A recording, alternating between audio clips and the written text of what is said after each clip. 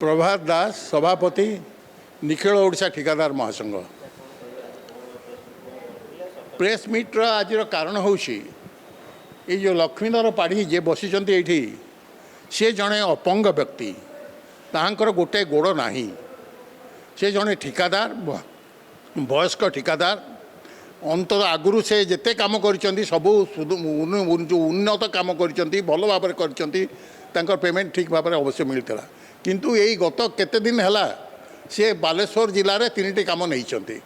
से 3टी काम कौन सरकार जो सरकार इंजीनियर सेठिकार जो इंजीनियर तांकर कौन असुविधा है सरकारी कर्तृपक्ष कौन असुविधा है ता जगन्नाथ को जना किंतु गण अपंग व्यक्ति की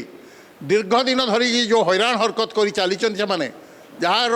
माने जो पाप से पापर कौन से प्रायश्चित ना ये सरकार वर्तमान सरकार बीजेडी सरकार बदलला वर्तमान बीजेपी सरकार आसला आम आमर धारणा थिला जे बीजेपी आसला परे समस्त को उचित न्याय मिल किंतु वर्तमान देखा जाउची जे आगुरी जो प्रोग्राम मानसिकता थिला सही मानसिकता वर्तमान सरकारी अफिसर चली एपरिक मो मंत्री के कथा नजर को आनिली जे जन अपंग व्यक्ति जन अक्षम व्यक्ति ताकू तार जहाँ प्राप्य ताकू उचित भाव में दि जाऊ ताकू काम करने को सुजोग दि जाऊ किंतु ये मंत्री महोदयटी कौन सी कथा शुणा को प्रस्तुत नुहे एवं से कर्मचारी मान द्वारा प्रभावित हो कथा शुणा को माने मानसिकता ना क्योंकि आपण मध्यम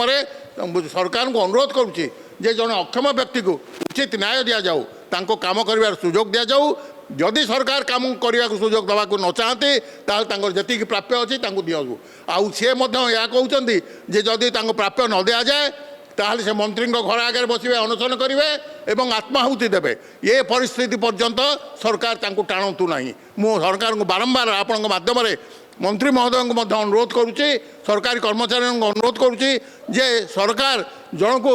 आत्माहुति देवा पर्यंत कथा को नियंतु ना कारण परिस्थिति द्वारा भयंकर हो सुंदर पाढ़ी आखंडमणि लाइन रे घर मु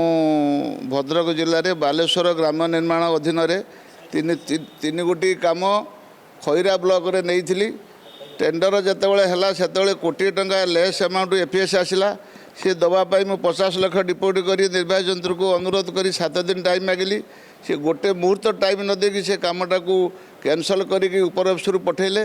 उपर officer chief in office additional secretary मते बहुत साहाय्य कर टाइम देले जहाँफल मुझे एग्रीमेंट कली निर्वाही जंत्री ज्योति सामल मते कहले तमें सुना उपर अफिसर टेंडरटा नहीं आसिल मुझे तुम कम हैरान करी परवर्ती समय से एसक्यूएम कहीकि एटीआर कले पेमेंट कम सरला निम्नमान कम हो कही कम को रिजेक्ट कले आउ थे मेसीन कंक्रीट डिसमेटालिंग कर आउ थे करागला ता सत्वे भी पेमेंट जिते जाऊँगी 40 लाख 24 लाख बिना कारण withheld 10 lakh 14 lakh for rectification बिना कारण रेक्टिफिकेशन कलापर जो जेई मेजरमेंट करूँ चेक मेजरमेंट करुँची से समय निर्वाही जंत्री ऑफिस रे बसिकी कौन 14-15 लाख विथहेल्ड करेंगे कौन रेगुलर पेमेंट देवेनि जेकी फोन कर कहे तार 1-2 लाख बिल कर ये आक्रोशमूलक हैरान कराला जहाँफल काम मंथर गति है ता सत्वे भी मुझे जगह बाड़ी बिकी कम करी आज पर्यंत गवर्नमेंट रे 3 कोटी कम 2 कोटी 2.5 कोटी बिल पेंडिंग 10 मास अच्छी मु कम मोर मार्च पर्यंत मार्च 24 पर्यंत कम संपूर्ण समय देते 1 फेब्रुआरी से कमटा टर्मिनेट कले मु बहुत रिक्वेस्ट कलापर 10 मास बीतीगला ना कम हो पेमेंट हो जो कैंसल कले डिपार्टमेंट शीघ्र कम करने आज पर्यंत कहीं कम कले कि जनसाधारण उद्दिष्ट होता पैसा खाल ढीपर लोक मरण जनतार पड़ुंट गवर्नमेंट से प्रति दृष्टि न देकी शीतताप नियंत्रण बसिकी मनमुखी गोटे आग काल देवता असुर मानव थिले बर्तमान तो असुर राज्य नहीं मानव रूपी केते असुर रहीकि ये भाव में निरीह मु जड़े वरिष्ठ नागरिक भिन्नक्षम लोक 65 वर्ष मोर शेष काम बारंबार ऑफिसर को कहली मोर शेष काम करी ना मो पेमेंट दे दिंतु काम दरकार नहीं सरकार मो दुखा नसले मु हाईकोर्ट द्वारस्थ हाईकोर्ट भी मानवर सेक्रेटरी की जनइले सेक्रेटरी कहले मु तुम सुप्रीमकोर्ट जीवी मो विरुद्ध गवर्नमेंट को हाईकोर्ट को लिखिकी देले मो विरुद्ध हाईकोर्ट केसटा डिसमिस है मते जदि पेमेंट दिया न जाए मु बहुत असुविधार अच्छी अशांति अच्छी मंत्री को घर सामने बसबी दरकार पड़े मुझे मंत्री सामने मो आत्माहुति देवी मो जीवन रखी लाभ कौन लोक मैंने जदि କେତେ ଟଙ୍କାର ଆପଣ ପ୍ରୋଜେକ୍ଟ ଥିଲା କେତେ ଟଙ୍କା ଆପଣ ତିନିଟି କାମରେ 492ରେ 50 ଲକ୍ଷ ପେଣ୍ଡିଂ ଅଛି, 493ରେ କୋଟିଏ ଟଙ୍କା ପେଣ୍ଡିଂ ଅଛି, ପିରିୟଡିକାଲ ମେଣ୍ଟେନାନ୍ସରେ 70 ଲକ୍ଷ ଟଙ୍କା ପେମେଣ୍ଟ ଅଛି। ମୋଟ 3 କୋଟି ଟଙ୍କା 2.5 କୋଟି ଟଙ୍କା ବିଲ୍ ପେଣ୍ଡିଂ ଅଛି। ଗଭର୍ଣ୍ଣମେଣ୍ଟ ତାକୁ 4 ମାସ କାମ ନ ଦେଉ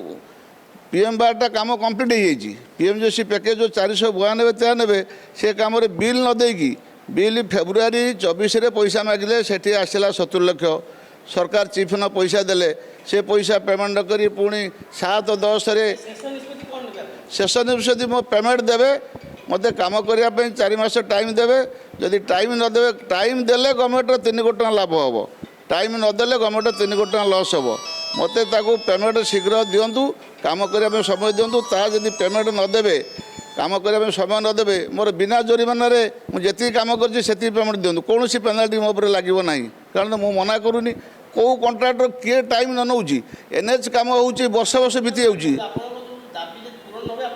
ମୋର ଦାବି ପୂରଣ ନହେଲେ ମୁଁ 7 ଦିନ ମନ୍ତ୍ରୀଙ୍କ ପାଖରେ ଅମରଣ ଅନଶନ କରିବି, 8 ଦିନ ମୁଁ ଆତ୍ମାହୁତି ଦେବି। ଆଚ୍ଛା କେବେଠୁ ଆପଣ କାମ ନେଇଥିଲେ ଆଉ ଏଇ ଯେଉଁ କାମରେ ଆପଣଙ୍କୁ ଅସୁବିଧା କରାହେଲା, ଆପଣ ଏ ନେଇ କାହାକୁ କିଛି ଅଭିଯୋଗ ଜଣାଇଲେଣି? ସମସ୍ତଙ୍କୁ ଜଣାଇଛି। ଆପଣଙ୍କର ଚିଠି ଶହ ଶହ ଚିଠି ନିର୍ବାହୀ ଯନ୍ତ୍ରୀ, ଅଧୀକ୍ଷଣ ଯନ୍ତ୍ରୀ ଏବଂ ମୁଖ୍ୟ ଯନ୍ତ୍ରୀ, ମୁଖ୍ୟ ସର୍ବୋଚ୍ଚ ଯନ୍ତ୍ରୀ ଆକ୍ରୋଶମୂଳକ ଭାବରେ ହଇରାଣ କରାହେଉଛି। ଗୋଟେ ଯୋଜନାବଦ୍ଧ ଭାବରେ ହଇରାଣ କରୁଛି। ଗୋଟେ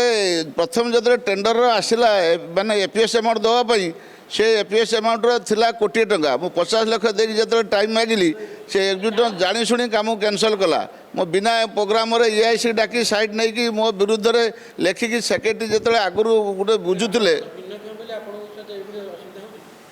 ଭିନ୍ନକ୍ଷମ ସହିତ କାମ ସହିତ ସପନ ନାହିଁ। ମୁଁ କାମ କରିଛି, ଯାହା ଠିକ୍ କାମ କରିଛି ସେ ଠିକ୍ ବିଲ୍ ଦେବେ। ଭିନ୍ନକ୍ଷମ ସତ୍ତ୍ୱେ ବି ମୁଁ କାମ କରିଛି, ସେ ପେମେଣ୍ଟଟା ମୋତେ କାହିଁକି ଦେଉନାହାନ୍ତି, ତା କାରଣ କ'ଣ ସେ ଆଜି ପର୍ଯ୍ୟନ୍ତ କହିପାରୁନାହାନ୍ତି। ଯେଇ ତ ବିଲ୍ କଲା, ଆପଣଙ୍କର EDO ଚେୟାରମ୍ୟାନ୍ କଲେ, ଏକ୍ଜିକ୍ୟୁଟିଭ ପଇସା ମାଗିଲେ, ଚିଫ୍ନ ପଇସା ଦେଲେ, 2 ଥର ପଇସା ଗଲା, ଫେବୃଆରୀରେ ଗଲା, ଅକ୍ଟୋବରରେ ଗଲା, ତା ସତ୍ତ୍ୱେ ବି ପେମେଣ୍ଟ ଦେଉନାହାନ୍ତି।